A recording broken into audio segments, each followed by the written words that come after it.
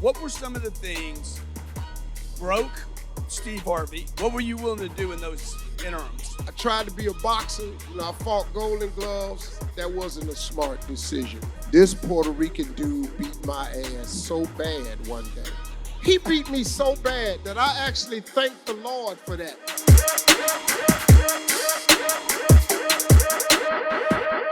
You talked about not giving up. What were some of the things My broke Steve Harvey, Okay. no car, and then the BK Steve Harvey? Well, what were you willing to do in those interims? I've been working since I was a little boy. You know, my first gig I had was like 9. I wanted a wagon. Remember them wagons had the red railings on the side? Remember they had the little gates that fit around the wagon? All I wanted was a wagon. I didn't let nobody ride in my wagon. You couldn't play in my wagon. I collected pop bottles in my wagon. My goal was to collect 50 pop bottles with a 2-cent return before lunch every day, and I needed $1 worth of pop bottles so I could make, $2 a day. I just need $1, $2 a day. I worked with my father in construction. I worked on the assembly line for a motor company. I used to put 8 spark plugs in 1,400 engines a day. The layoffs came in 79, 80. I got married, unemployed. I worked at Lincoln Electric, wrapping hot wire. I worked at General Electric, delivering light bulbs. Then here what changed my life. I went to an Amway convention, and I heard some dudes saying that you could be rich selling soap powder. Cool. I bought a kit. I got in Amway. I went to a conference in Amway, and I started reading motivational books. The Power of Positive Thinking by Norman Vincent Peale. The Magic of Thinking Big by Robert David Schultz. The Winner's Circle by Dexter Wansel. Think and Grow Rich by Napoleon Hill. And they started planting in my mind, I need to get rich. So I sold Amway, I sold the Dick Gregory Bohemian Diet, I sold Shackley products, I sold A.L. Williams Insurance. Anybody who I could buy a kit from that could tell me I was gonna be rich, Steve Harvey bought a kit. Lost that job, sold insurance.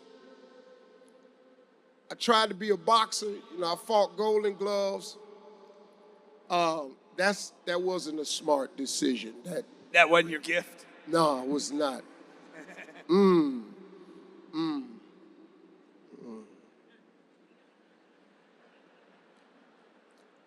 There's a lot of money in boxing, though. This Puerto Rican dude beat my ass so bad one day. Have you ever thanked God for an ass whooping before? He beat me so bad that I actually thanked the Lord for that, because it let me know that boxing is not what I do. That actually saved my life. This boy beat me, man. So I got out of that. And then one night, I used to write jokes for this comedian for $5 a joke. I didn't know what he was doing with them, but he was taking them and using them. So every time he wanted a joke, he came to me because I was always really funny. So one day, I'm writing some jokes for him, and this girl is sitting there named Gladys Jacobs. And she said, "You the guy that writes all the jokes for A.J. Jamal?" I said, "I don't know if I write all of them." She said, "That's funny. Why don't you do them yourself?" I said, "Do jokes where?" She said, "At a comedy club." I said, "What's a comedy club?" Now, I'm 27 years old. I'd never been to a comedy club in my life. She said, "Next Tuesday, I'm gonna pick you up. I'm gonna take you to Hilarity's Comedy Club. I want you to see what they do, sign up for next week, and I want you to go on stage." I said, "Okay, cool." She picked me up, drove me down to the gig. So I signed up for next week. So I'm sitting there, And these comedians are going on stage, and I'm fascinated, man. I'm looking at these dudes, and I wasn't laughing at nothing, because I already knew what they was gonna say. And I knew what they should have said. See, my gift was in me, man. And it was just this one day, October 8th, 1985. I walked in that club, man, and they had 10 people go up. After the ninth guy, they said, we're looking for Randy Schumer. Randy Schumer. And nobody came. He said, well, I guess he's not here. We're gonna go to next week's list. Y'all give it up for Steve Harvey. Now I'm sitting there, and I told the girl I was with, I said, it's a dude in here got the same name I got. She said, you a stupid son of a bitch. She said, that's you. So I said, he said, Steve Harvey, come on up. The dude had went to the list from last week. I run up, I'm on stage. I don't know what to do. So the first thing I said was, hey y'all, I appreciate y'all clapping for me, but I ain't supposed to be here. I'm on the show next week. They started laughing. I'm clueless, so this girl, tell him about when you boxed. Because I was telling this funny stories about boxing. So I did this boxing joke. I did another joke. The audience is rolling. The club owner comes to the foot of the stage and he goes, now I ain't never been in show business. This means cut. I thought he meant you killing them.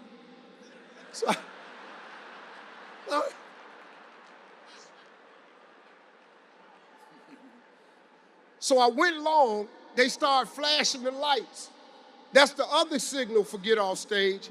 I said, man, y'all need to pay y'all bill in here.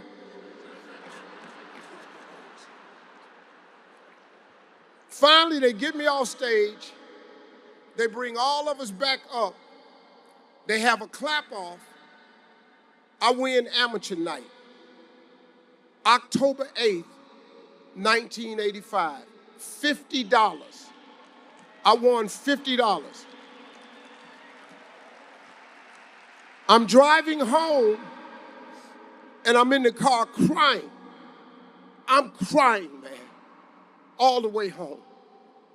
She said, Steve, what you crying for? It ain't but $50. I said, no, you don't understand.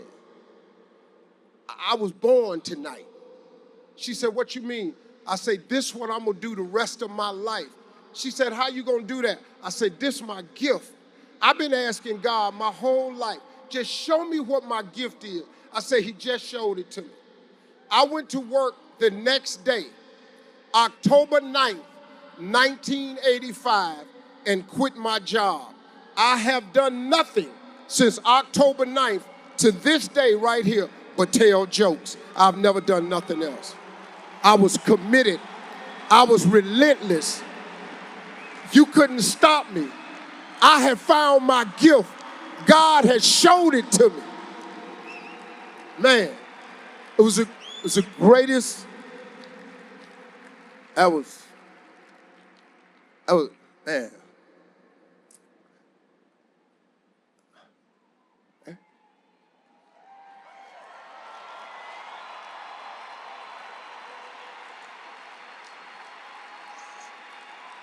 You know something? You know, man,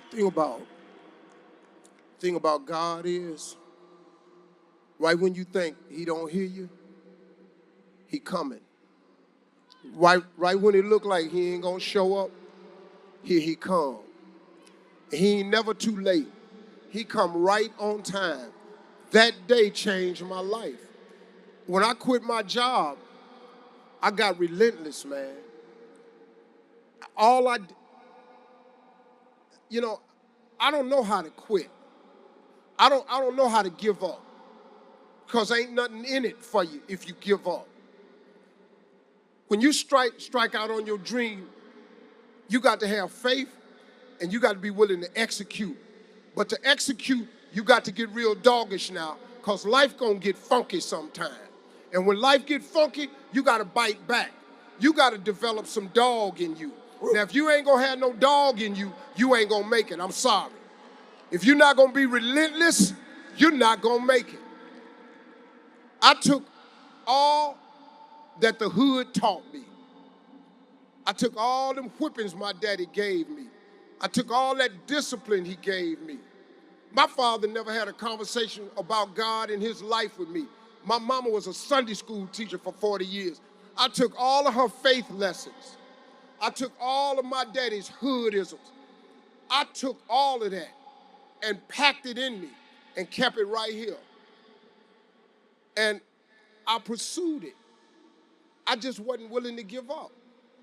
I just kept going, man. You can never give up. If you give up, you can't get there. It's emotional for me to talk about this because I'm really a good storyteller.